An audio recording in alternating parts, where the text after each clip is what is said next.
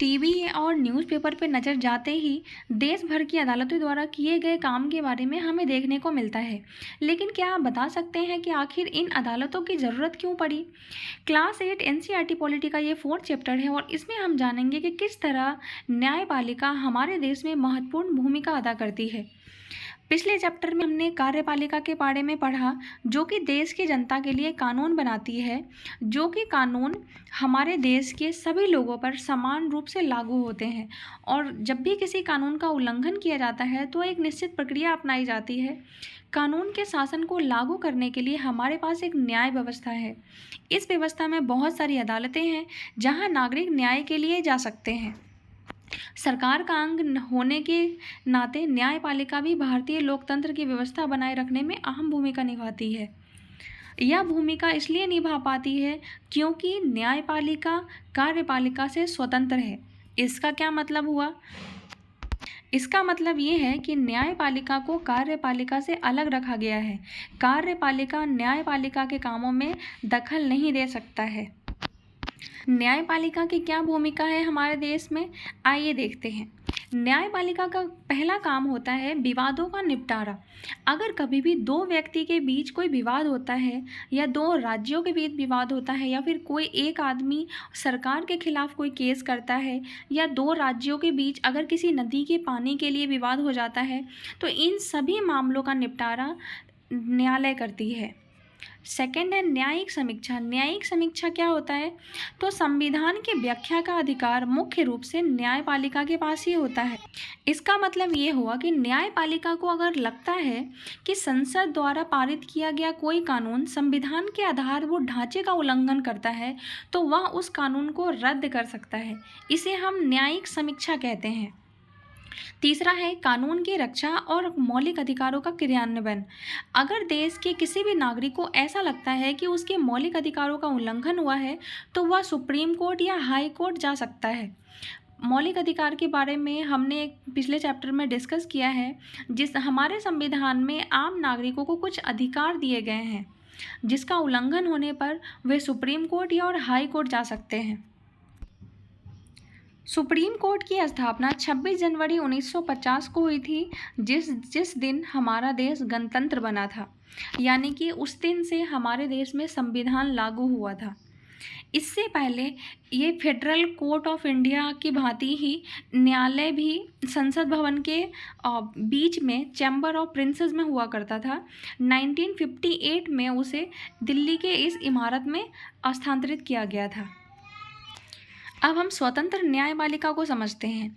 आप ऐसा इमेजिन कर सकते हैं कि अगर कोई ताकतवर नेता है और उसने किसी के ज़मीन पर कब्जा कर लिया है और वो व्यक्ति जिसके ज़मीन पे कब्जा हुआ है वो न्यायालय जाता है और न्यायाधीश भी अगर नेता के ही हित की बात करता है तो व्यक्ति अपने न्याय के लिए कहाँ जाएगा? नेताओं का न्यायाधीश पर नियंत्रण होने की वजह से ही न्यायाधीश स्वतंत्र रूप से फैसले नहीं ले पाते। स्वतंत्रता का यह अभाव न्यायाधीश को इस बात के लिए मजबूर कर देगा कि वह हमेशा नेता के ही पक्ष में फैसले सुनाए। लेकिन भारतीय संविधान में इस तरह की दखल अंदाजी को स्वीकार नहीं करता है, इसलिए हमारे भारतीय संविधान में न्यायपालिका को पूरी तरह स्वतंत्र रखा गया है। इस स्वतंत्रता का एक पहलू है शक्तियों का बंटवारा। हमने पहले पढ़ा है कि विधायिका, कार्यपालिका जैसी सरकार की अन्य शाखाएं न्यायपालिका के काम में दखल नहीं दे सकती है। यह हमारे संविधान का बुनियादी पहलू है। अदालत सरकार के अधीन नहीं है और न ही वह सरकार की ओर से काम करती है। शक्तियों के इस बंटवारे को दुरुस्त रखने के लिए यह भी महत्वपूर्ण है कि हाई कोर्ट और सुप्रीम कोर्ट के सभी न्यायाधीशों की नियुक्ति में सरकार की अन्य शाखाओं का कोई दखल न हो। इसलिए एक बार नियुक्त हो जाने पर किसी भी न्यायाधीश को हटाना बहुत मुश्किल होता है।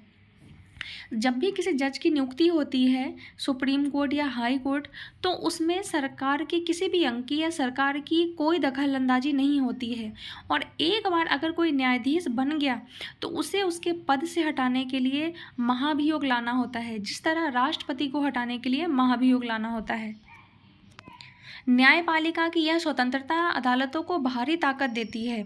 इसके आधार पर वे विधायिका और कार्यपालिका द्वारा शक्तियों के दुरुपयोग को रोक सकती है। न्यायपालिका देश के नागरिकों के मौलिक अधिकारों की रक्षा में अहम भूमिका निभाती है, क्योंकि अगर किसी को लगता है कि उसके अधिकारों का उल्लंघन हो रहा है तो वह अदालत जा सकता है। अब हम जानते हैं कि हमारे देश में अदालत कितने स्तरों पे काम करती है।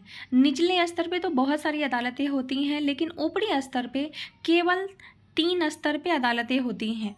पहला होता है अधीनस्थ न्यायालय या जिला अदालत कहा जाता है। ये अदालत आमतौर पे जिले या फिर तहसील के स्तर पर या किसी शहर में होते हैं। ये बहुत तरह के मामलों की सुनवाई करते हैं। प्रत्येक राज्य को जिले में बांटा होता है और हर जिले में एक जिला न्यायाधीश होता है। प्रत्येक राज्य का एक उच्च न्यायालय भी होता है। हर स्टेट में एक हाई कोर्ट होते हैं और यह अपने राज्य की सबसे ऊंची अदालत होती है। उच्च न्यायालयों से भी ऊपर होता है सुप्रीम कोर्ट यानी कि सर्वोच्च न्यायालय। यह देश की सबसे बड़ी अदालत है, ये जो कि नई दिल्ली में स्थित है। देश के मुख्य न्यायाधीश सर्वोच्च न्यायालय के यानी कि सुप्रीम कोर्ट के मुखिया होते हैं। सर्वोच्च न्यायालय के फैसले देश के सभी अदालतों को मानना होता है। हमारा 16वां सतत विकास लक्ष्य है शांति, न्याय और सशक्त संस्थाएं।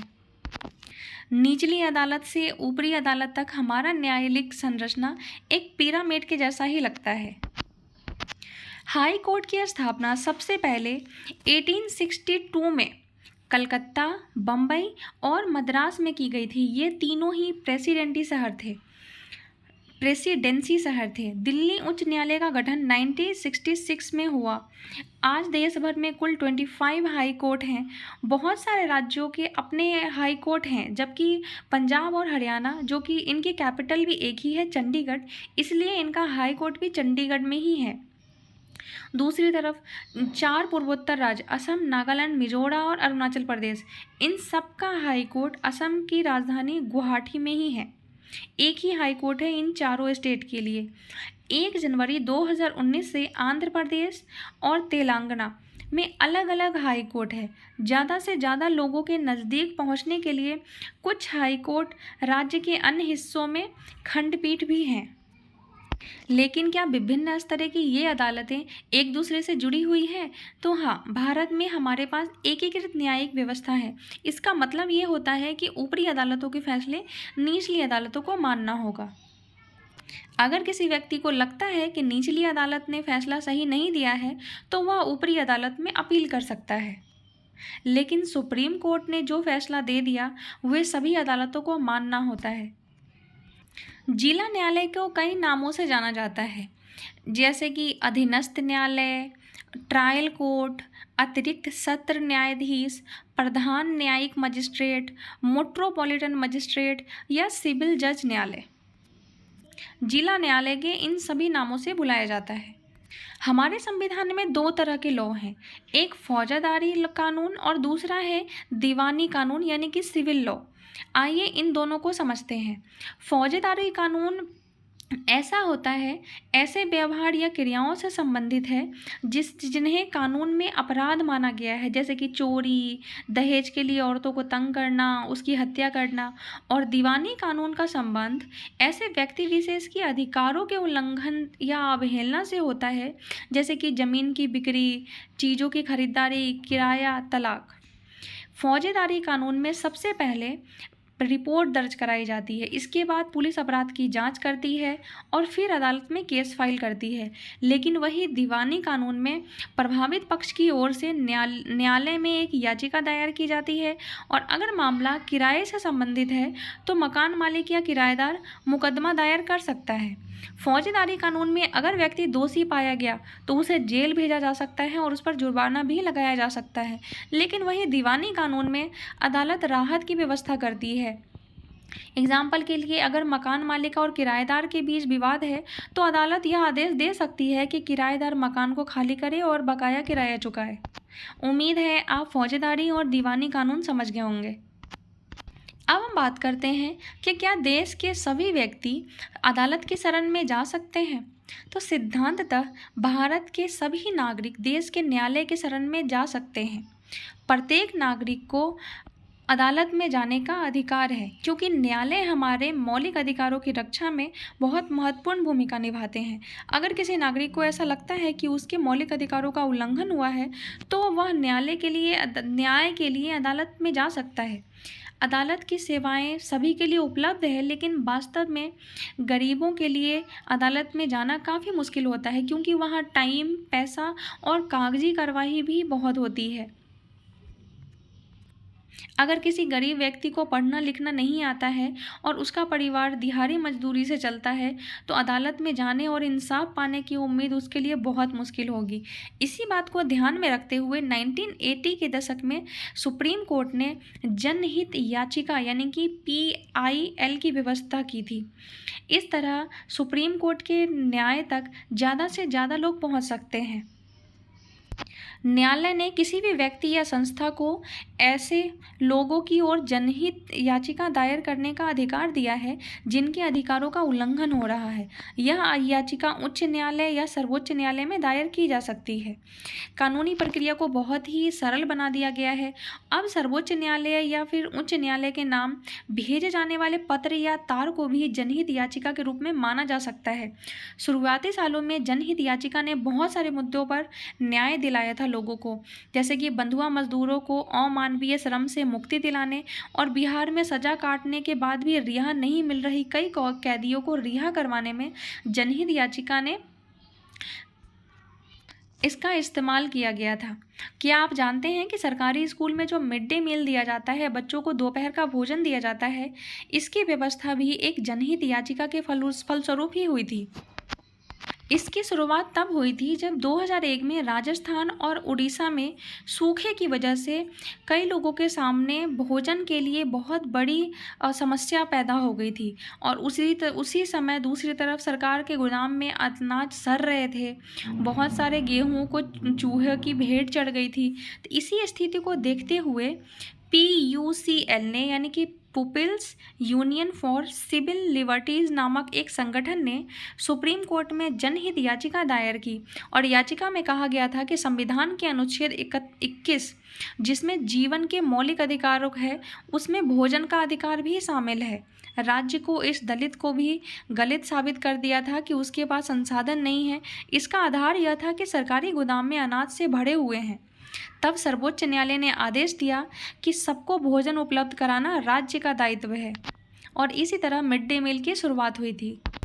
अदालत ने संविधान के अनुच्छेद 21 की व्याख्या करने के बाद यह कहा था कि जीवन के अधिकार में भोजन का अधिकार भी शामिल होता है। इसीलिए अदालत ने राज्य को आदेश दिया था कि वो दोपहर का भोजन बच्चों को फ्री में दे। तो अब बच्चों को दोपहर का भोजन दिया जाता है।